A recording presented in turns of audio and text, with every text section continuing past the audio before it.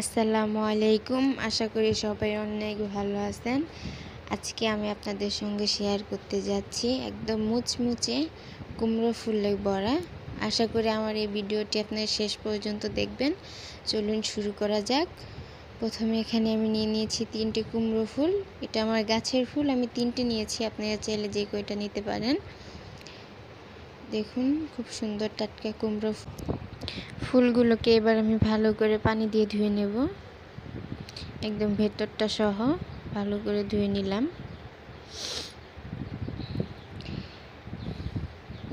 দেখুন খুব সুন্দর টাটকা টাটকা।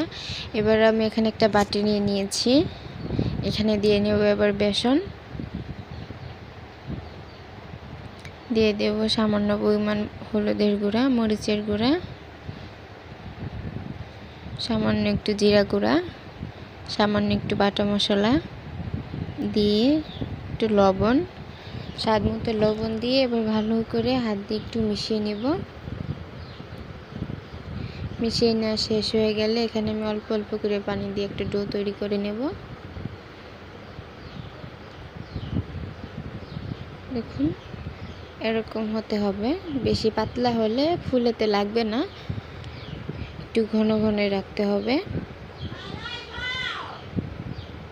এবার আমি চুলাতে একটা কড়াই বসিয়ে আগে থেকে তেল গরম করে নিয়েছি।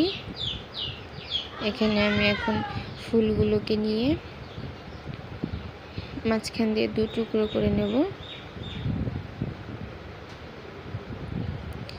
এবার এখানে বেসনে লাগিয়ে তারপরে তেলেতে ভেজে নেব সুন্দর করে।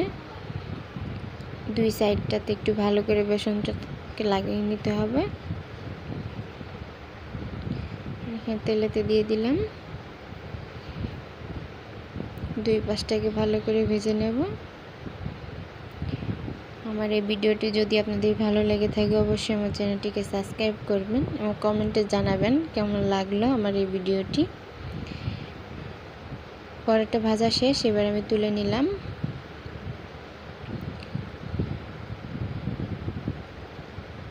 এইভাবে করে সবগুলো বড়া ভেজে নেব। দেখুন ভিতরটাও খুব সুন্দর হয়েছে।